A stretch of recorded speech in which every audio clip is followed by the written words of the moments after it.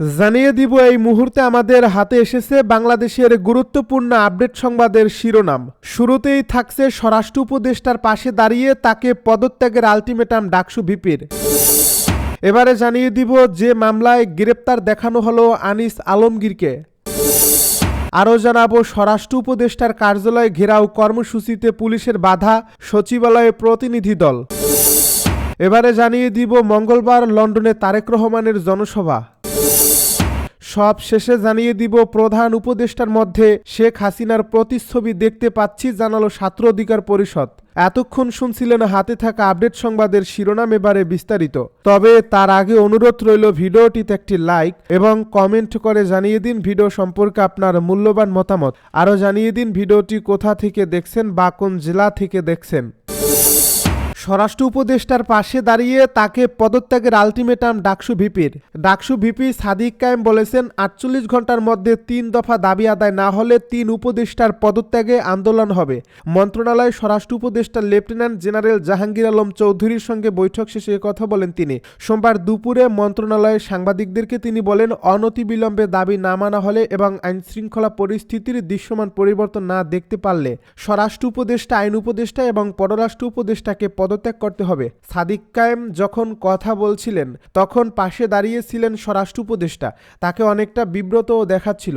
সাদিক কায়েম 3টি দাবি পরে শোনান। বলেন, আমাদের ভাই ওসমান হাদির উপর গুলিবর্ষণের সঙ্গে জড়িত প্রত্যক্ষ হামলাকারী, পরিকল্পনাকারী ও সহায়তাকারী সকল সন্ত্রাসীকে গ্রেপ্তার করতে হবে। গোয়েন্দা সংস্থাসহ রাষ্ট্রের সকল সংশ্লিষ্ট অর্গানকে দ্রুত জবাবদিহির আওতায় আনতে হবে এবং যাদের গাফিলতি প্রমাণিত হবে তাদের বিচারের মুখোমুখি করতে হবে। একই সঙ্গে যারা এই হামলাকে সমর্থন জুগিয়েছে, হাদি ভাই ও জুলাই বিপ্লবের হত্যাযোগ্য করে তুলছে, সেই কালচারাল ফ্যাসিস্টদের সামাজিকভাবে সম্পূর্ণ বয়কট করতে হবে। এসব ব্যবস্থা অনতিবিলম্বে দৃশ্যমান করতে হবে। দ্বিতীয় দাবিতে তিনি বলেন, আগামী 48 ঘন্টার মধ্যে নিষিদ্ধ আওয়ামী লীগের বিরুদ্ধে এলাকা ভিত্তিক চিরুনি অভিযান শুরু করতে হবে। নিষিদ্ধ ঘোষিত সংগঠনের বিভিন্ন স্তরের সকল সন্ত্রাসীকে গ্রেপ্তার করতে হবে এবং সব ধরনের অবৈধ অস্ত্র উদ্ধার করতে হবে। এ বিষয়ে সরকারের অবহেলা আর সহ্য করা হবে না। শেষ দাবিতে বলা হয়, ভারতীয় আধিপত্যবাদের বিরুদ্ধে প্রথম ও অপরিহার্য পদক্ষেপ হিসেবে শেখ হাসিনাকে দেশে ফিরিয়ে এনে তার বিরুদ্ধে মানবতা বিরোধী অপরাধে প্রদত্ত রায় কার্যকর করতে হবে। যে মামলায় গ্রেপ্তার দেখানো হলো আনিস আলমগীরকে। ঢাকা মহানগর গোয়েন্দা পুলিশের কার্যালয়ে আটক থাকার পর অবশেষে সাংবাদিক আনিস আলমগীরকে গ্রেপ্তার করা হয়েছে। রাজধানীর উত্তরা পশ্চিম থানায় সন্ত্রাস বিরোধী আইনে একটি মামলায় আনিস আলমগীরকে গ্রেপ্তার করা হয়। ঢাকা মহানগর পুলিশের অতিরিক্ত কমিশনার শফিকুল ইসলাম বিষয়টি নিশ্চিত করেছেন। এর আগে থানায় সাংবাদিক আনিস আলমগীর, অভিনেত্রী মেহের আফরোজ শাওন সহ 4 জনের বিরুদ্ধে রাষ্ট্রের স্থিতিশীলতা নষ্টের ষড়যন্ত্র এবং নিষিদ্ধ সংগঠনকে উস্কে দেওয়ার অভিযোগ করা হয়। জুলাই রেভলিউশনারি অ্যালায়েন্স নামে একটি সংগঠনের আরিয়ান আহমেদ রোববার রাতে রাজধানীর উত্তরা পশ্চিম থানায় সন্ত্রাস বিরোধী আইনের আওতায় এ অভিযোগ দেন। এই অভিযোগে নাম আসা অপর 2 জন হলেন মডেল মরিয়া কিসপট্টা ও ইমতু রাতিশ ইমতিয়াজ। অভিযোগ সূত্রে জানা গেছে 2024 সালের জুলাই মাসে বৈষম্য বিরোধী ছাত্র আন্দোলনে ফ্যাসিস্ট শেখ হাসিনা পালিয়ে গেলেও তার অনুসারীরা বিভিন্ন কৌশলে ঘাপটি মেরে দেশে অবস্থান করে দেশের স্থিতিশীলতা ও অবকাঠামোকে ধ্বংস করার লক্ষ্যে রাষ্ট্রবিরোধী অপরাধ সংগঠনের ষড়যন্ত্র করে আসছে। স্বরাষ্ট্র উপদেষ্টার কার্যালয় ঘেরাও কর্মসূচিতে পুলিশের বাধা, সচিবালয়ে প্রতিনিধি দল।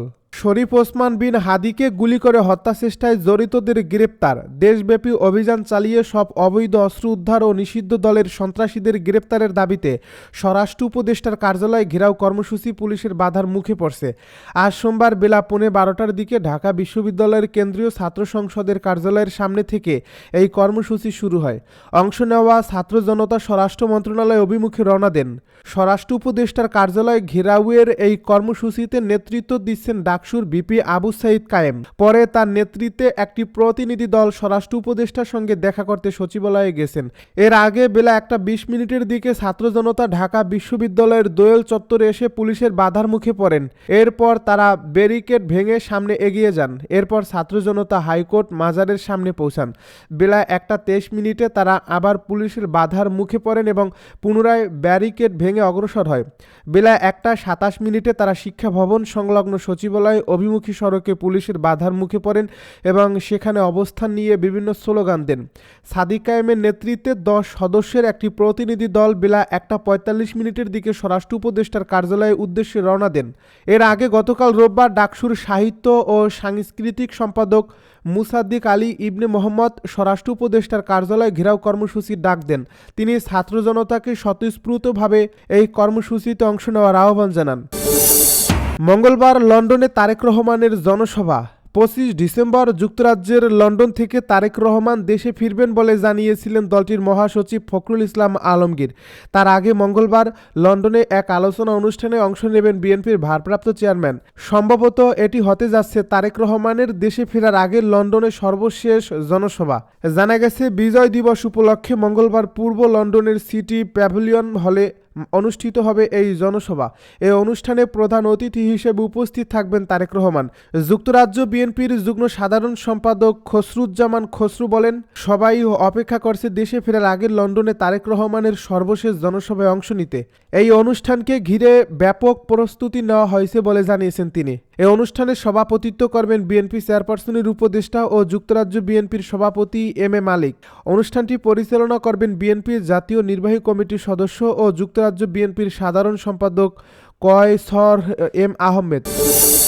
প্রধান উপদেষ্টার মধ্যে শেখ হাসিনার প্রতিচ্ছবি দেখতে পাচ্ছি জানালো ছাত্র অধিকার পরিষদ। বাংলাদেশ ছাত্র অধিকার পরিষদের কেন্দ্রীয় সভাপতি নাজমুল হাসান বলেছেন, বর্তমানে প্রধান উপদেষ্টায় ডক্টর ইউনূসের মধ্যে আমরা শেখ হাসিনার প্রতিচ্ছবি দেখতে পাচ্ছি। শেখ হাসিনা যেমন করে বিএনপি নেতা ইলিয়াস আলীকে গুম করে খুন করে পরের দিন তার স্ত্রী কন্যাকে গণভবনে নিয়ে তার পরশ মাখা স্নেহ দিয়ে বোঝাতেন, ঠিক তেমনিভাবে আমরা দেখতে পাচ্ছি প্রধান উপদেষ্টা ওসমান হাদির পরিবারের লোকজনকে সান্ত্বনা দিচ্ছে। আমরা তো এই সান্ত্বনা চাই না, এদেশের মানুষ সেই সান্ত্বনা চায় না। সোমবার দুপুরে ঢাকা বিশ্ববিদ্যালয়ের মধুর ক্যান্টিনে সমসাময়িক রাজনৈতিক পরিস্থিতি নিয়ে আয়োজিত সংবাদ সম্মেলনে তিনি কথা বলেন। নাজমুল বলেন, আমার ভাইয়েরা আইসিইউতে থাকবে, নিঃশ্বাস নিতে পারবে না, আর আপনি যমুনায় বসে আরাম আয়েশ করবেন, সেটি আমরা মেনে নিতে পারবো না। তিনি আরও বলেন, এরকম পরিবেশ যদি থাকে বাংলাদেশের ইতিহাসের সবচাইতে বেশি রক্তক্ষয়ী সংঘর্ষের লাশের নির্বাচন উপহার দেবেন প্রধান উপদেষ্টা। বিদ্যমান আইন শৃঙ্খলা পরিস্থিতিতে যেখানে সাধারণ মানুষের ন্যূনতম নিরাপত্তা নাই, সেখানে বৃহৎ কর্মযজ্ঞের জাতীয় নির্বাচন করার সুযোগ নেই। প্রধান উপদেষ্টার প্রতি আহ্বান, স্বরাষ্ট্র উপদেষ্টার প্রতি সাধারণ মানুষের ক্ষোভ যদি আপনি না বোঝেন তাহলে পুঞ্জীভূত রাগ ক্ষোভের বহিঃপ্রকাশ হবে যমুনাতেও। আপনি যদি স্বরাষ্ট্র উপদেষ্টাকে অব্যাহতি না দেন আমরা ছাত্র জনতা যমুনা ঘেরাও করব। এ সময় নাজমুল হাসান তার 5 দাবি তুলে ধরেন। স্বরাষ্ট্র উপদেষ্টা এবং প্রধান উপদেষ্টার বিশেষ সহকারী খোদা বক্সের পদত্যাগের দাবি। আওয়ামী লীগের দোসর জাতীয় পার্টি রাজনৈতিক কার্যক্রম নিষিদ্ধ করতে হবে, কোনোভাবেই তাদের নির্বাচনে অংশ নিতে দেওয়া হবে না। সীমান্ত বিএসএফ কর্তৃক বাংলাদেশি নাগরিকদের হত্যা ও আগামী 72 ঘন্টার মধ্যে ওসমান হাদির শুটার ফয়সাল ও মাসুদকে ফেরত না দিলে ভারতীয় দূতাবাস বন্ধের হুঁশিয়ারি। আওয়ামী লীগের কেউ যেন স্বতন্ত্র প্রার্থী হিসেবেও নির্বাচন করতে না পারে তার জন্য ইসিকে কঠোর হতে হবে।